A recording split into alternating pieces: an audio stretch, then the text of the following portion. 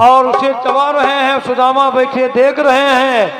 बोले आए थे गरीबी दूर करने, पर ये कैसे द्वारिकाधीश हैं, राजा हैं, लेकिन राजा बन गए, अपने मित्र को नहीं भूले। आप सब लोग गाइएगा भैया, सब लोग गाइए। और पहली मुट्ठी जब लीनी, अरे दे दियो एक लोग मिलने सुदामा, कृष्ण जी के द्वार मिलने सुदामा आए।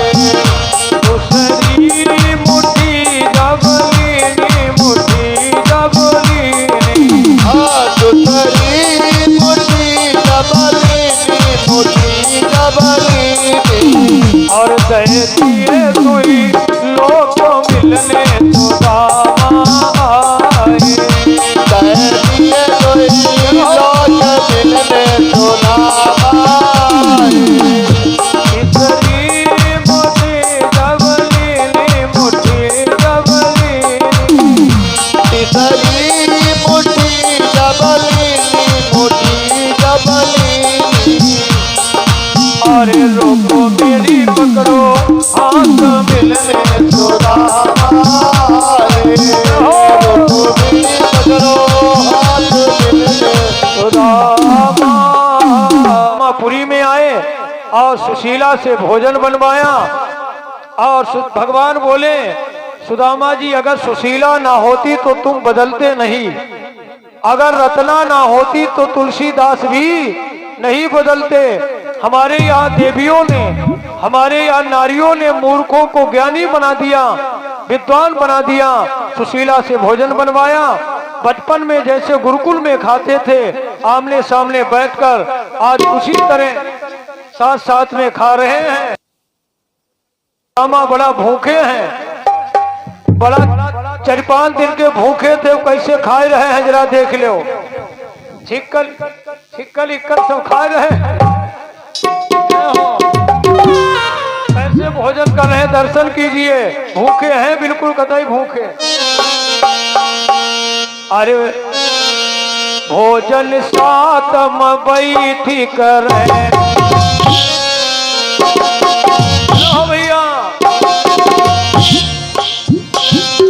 छिक्कल इक्कल सब खा रहा है, भूखा है, कैसे भूखा बाबा। अरे भोजन सातम बैठी करें, लड़काई की बात सुनावत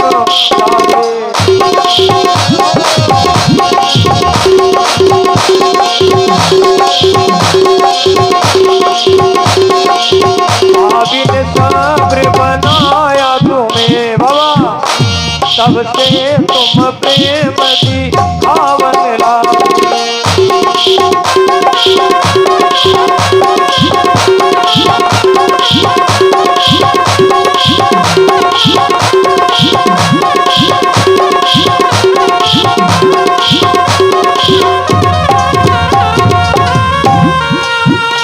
और भाभी ने सब्र बनाया तुम्हें, बनाया तुम्हें, तब से तुम प्रेम दिखावत लागे।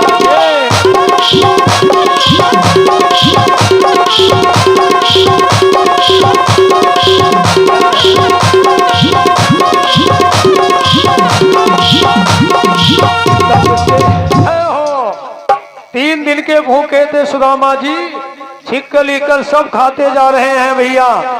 भगवान कन्हैया ने भोजन किया साथ साथ में, और सुदामा की गरीबी दूर कर दी। सुदामा जान नहीं पाए।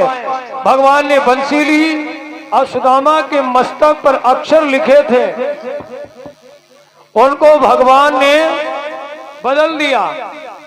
पहले क्या लिखा था इनके मस्तक पर? श्री क्षय। श्री क्षय माने लक्ष्मी का विनाश होता रहेगा, लक्ष्मी रुकेगी नहीं। वो अक्षर बदल कर क्या लिख दिया? अक्षय श्री, अब लक्ष्मी कभी नहीं जाएगी। गरीबी दूर कर दी। जय हो सुदामा जी। भगवान चले गए द्वारिका में और सुदामा अपने सुदामापुरी जा रहे हैं। जय हो, बोलो मां के बिहारी लाल की, बोलिए सुदामा महाराज की। गरीबी दूर हुई, सुदामा लीला संपन्न हुई।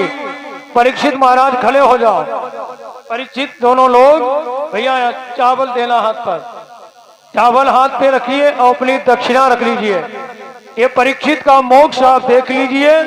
फिर हमारे बरेली धाम से आए हैं कलाकार, जिनके द्वारा थोड़ी झांकी का आप दर्शन करेंगे।